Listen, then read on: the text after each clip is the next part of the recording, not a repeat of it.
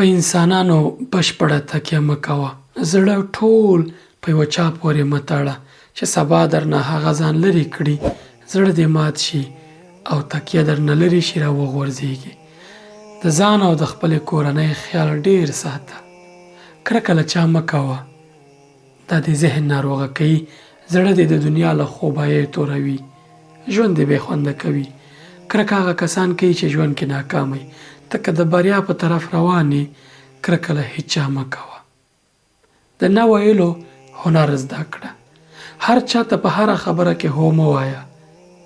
دا ډېر هو ویل ستا وخت ضایع کوي او ژوند دې له ناکامۍ سره مخ کوي.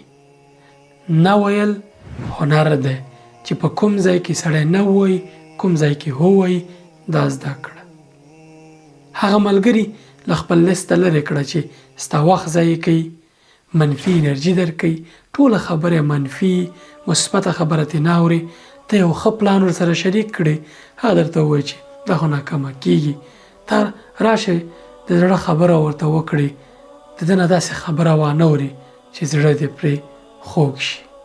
هغه کارونه چې تیر شوي دي په هغو باندې پښیماني مه کوه. په ماضي او راتلونکي کې ژوند مه کوه، له حاله خوند واخله. څوک چې د ماضي په اړه تشویش کوي او د راتلونکي په اړه، هغوی له خپل اوسني ژوند خوند نه اخلي. د هغوی حال خرابي، ژوند دې بې خوند دی. ډېر انسانان په دې تشویش باندې ډېر ستونزو په اړه، غټ ستونزو په اړه تشویشونه کوي چې هېڅ نه پېښېږي. نو بیا ولې تشویش؟ له حاله خوند اخله. الله پاک راضي کوه. نور دغه پخواني تشویشونه او راتلونکي تشویشونه له ژونده لرې کړه. ځان له نورو سره مه مقایسه کوه. خپله ناکامي د نورو له بریاو سره مه پرتله کوه. ځان له ځان سره مقایسه کوه. هیڅ شی په دې نه ارزي چې ته د خپل عزت او قدر پرې کم کړي، چې هر شی وي. سلام علیکم.